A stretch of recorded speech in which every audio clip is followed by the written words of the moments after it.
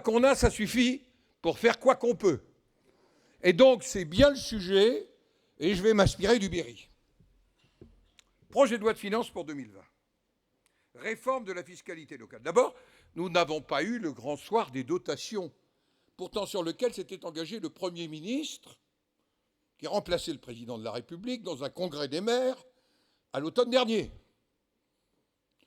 Le Premier ministre m'a expliqué pourquoi, je peux le comprendre, parce que c'est très complexe, c'est vrai.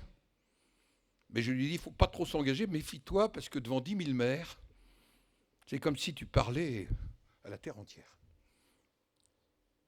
Donc, le vrai sujet, c'est est-ce qu'on accorde des libertés supplémentaires, mais est-ce qu'on permet vraiment de faire usage de ces libertés? Parce que c'est bien ça, le sujet financier. C'est ce que je pourrais appeler la décentralisation insincère. À quoi bon transférer des compétences nouvelles aux collectivités pour ensuite, par la voie de l'étranglement, les condamner de fait à une forme d'inaction?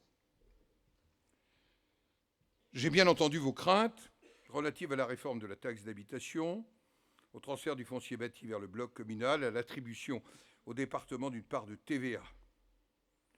Bien sûr, toutes les études le montrent. Nous avons en ce moment une dynamique de TVA, mais nous avons connu des inversions des dynamiques de TVA.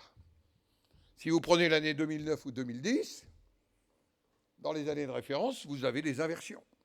Et quand Standard & Poor's l'an dernier parle de vulnérabilité des départements, je crois qu'ils ont raison. Parce que quand on n'a plus de levier, quand on est dans certains départements plutôt urbains qui ont vu, et j'en connais un particulièrement parce que j'en suis l'élu, qui a vu la disparition de 90% de sa DGF, si vous n'aviez pas de levier fiscal pour tenter de redresser les choses, il n'y aurait plus de politique dans un département. Vous allez me dire, ils ont les rognons couverts plus que d'autres. Mais à un moment, quand vous ne donnez plus de gras aux rognons, ils se dégagent. Pardonnez-moi de parler concret, mais c'est ça la vraie vie. C'est ça la vraie vie auquel nous sommes confrontés les uns et les autres.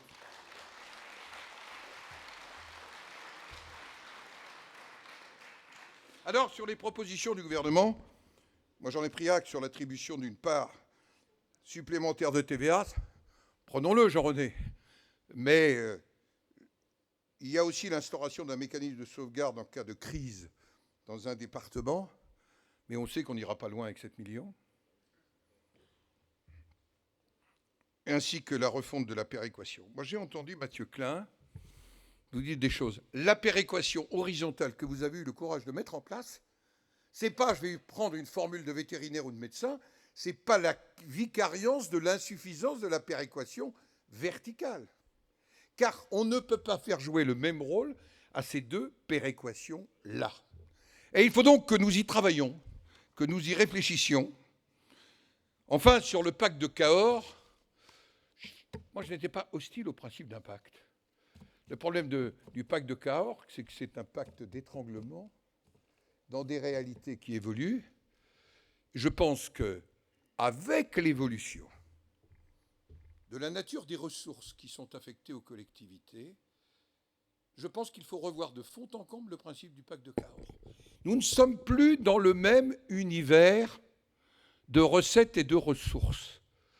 Et n'en déplaise aux passionnés du cru de Cahors, j'aurais pas envie que Cahors devienne un vin de grande garde en matière de convention.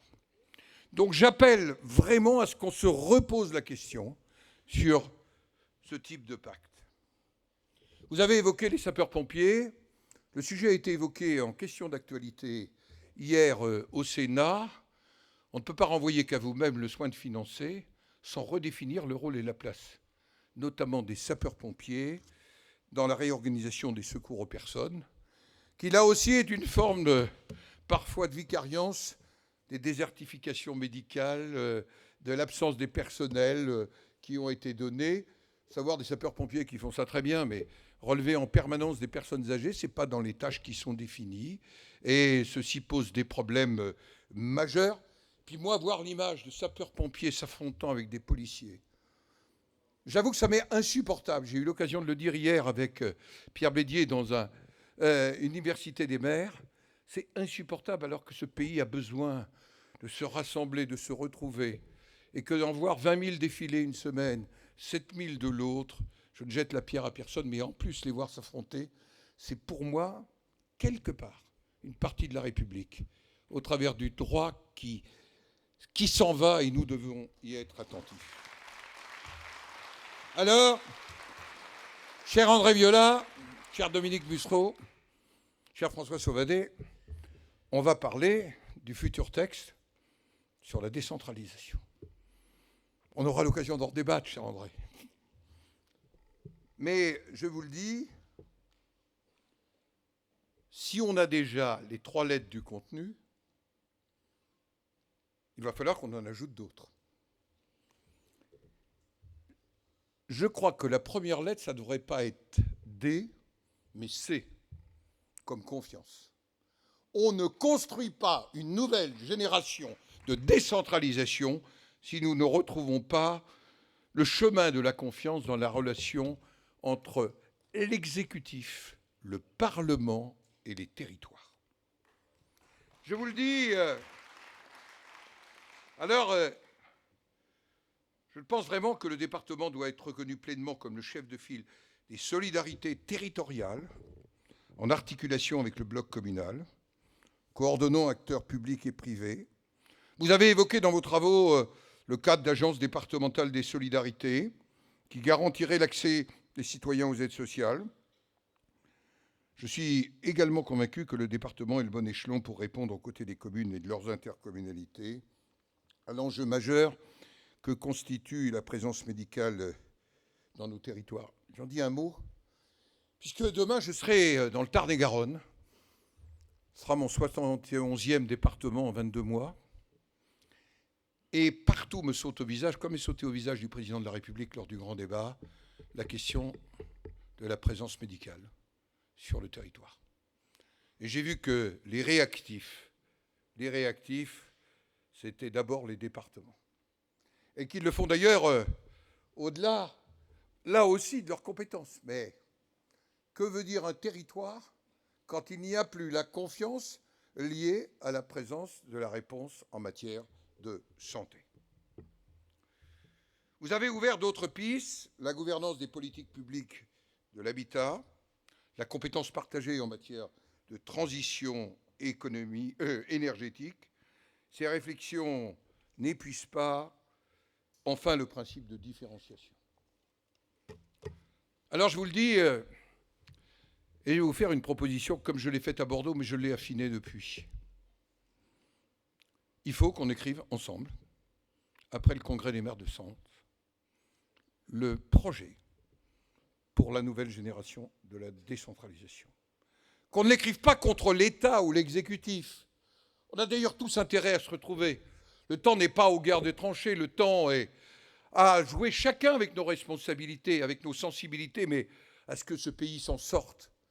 Sans nouvelle génération de la décentralisation, je suis persuadé au fond de moi-même, dans le cadre de ma rencontre avec la France de métropole et bientôt la France d'outre-mer, que si on ne fait pas confiance, si on n'invente pas la subsidiarité inversée, que ce qui se fait mieux au plan local doit être la priorité, puis ensuite remonter, qu'il y a besoin d'un État, qu'il y a d'ailleurs besoin, Madame la Préfète, d'un État qui retrouve des moyens dans les territoires, d'un État qui échappe aux agences d'en haut, qui répondent au-dessus de la tête des préfets de région sur des questions aussi importantes que l'habitat, l'environnement, l'économie. Il faut retrouver un État qui est en dialogue avec les territoires. Vous savez, ce que je vis là, c'est mes rencontres avec la préfète de région Bretagne, par exemple, qui pourtant, et notre collègue d'Ille-et-Vilaine était avec nous, qui pourtant a signé, on peut le dire, un contrat assez exemplaire avec l'État. Et en même temps qui se bloque parce qu'il y a des décisions qui échappent même aux représentants de l'État dans les territoires. Donc, écrivons-le, et nous verrons, une fois écrit, ce que vous souhaitez faire en toute indépendance. Je tiens trop au principe d'autonomie du Parlement, en toute indépendance, mais je vous propose de l'écrire ensemble, comme nous avons écrit, il faut être clair, avec les associations d'élus communaux, l'AMF et les associations spécialisées, le scénario de 2018. Alors, je ne reviendrai pas sur la différenciation, sur la subsidiarité. Je crois vraiment que ce sont des points importants. Mais je sens parfois, et je l'ai senti hier soir, une forme de découragement, une forme de colère. Et en même temps, ça ne doit pas conduire à l'abandon ou au repli. Alors j'ai cherché, monsieur le maire de Bourges, une formule de Jacques Coeur. À vaillant cœur, rien d'impossible. Alors moi, je vous propose d'avoir les cœurs vaillants. En tous les cas, moi, je suis dans une forme extraordinaire. Je vous le dis, je ne mollirai pas sur ce sujet-là. Je pense que c'est la responsabilité du Sénat et du président du Sénat, non pas d'être dans une forme d'anti, mais au contraire dans une forme de construction positive. Mais je crois que si nous ne repartons pas des territoires, alors nous raterons vraiment quelque chose dans l'intérêt même, François et André, vous l'avez dit, de notre pays. Alors, moi, je voudrais remercier Dominique Bussereau. Permettez-moi de le faire devant vous, pour la qualité du travail qu'il conduit comme président, mais aussi pour la qualité du travail qu'en toute indépendance, il entretient notamment avec notre Assemblée, avec tous les groupes politiques de notre Assemblée. C'est important parce que moi, j'ai envie d'écrire avec vous, mais j'ai envie de l'écrire avec tous les groupes politiques du Sénat. Ça n'est pas qu'une affaire de majorité. Ça n'est pas... chacun peut avoir des visions, comme nous l'avons fait avec François Pillet, sur la révision constitutionnelle. J'en profite pour vous dire que sur ce sujet-là, nous restons toujours disponibles, toujours ouverts. Mais avec un point sur lequel nous ne céderons pas, c'est l'abandon de la proximité. Nous ne céderons jamais sur l'abandon de la proximité. Je vous le dis, il paraît que je suis rond. J'ai perdu 3 kilos récemment, mais ça ne se voit pas. Mais je vous le dis, c'est un point sur lequel nous ne céderons pas parce que nous sentons que c'est l'intérêt du pays. Je dis à la présidente du conseil départemental de la Creuse, ce n'est pas simplement pour son charme ou pour la Creuse ou pour d'autres départements. C'est parce que je crois, chère présidente, qu'au fond, chacun des territoires porte une partie de notre pays, qui n'est pas que l'addition démographique, que l'addition des richesses. La France, c'est vraiment un héritage en partage. Et on est dans une ville, dans un département, cher Michel Autissier, qui porte une partie d'un moment où la France a failli disparaître, où les conseillers du roi Charles VII lui conseillaient de se rendre à l'Anglais, et où il y a eu un certain nombre de gens qui ont dit non, on ne cède pas. Ce peut être, me semble-t-il, le serment de Bourges. Je vous remercie. Vive le département.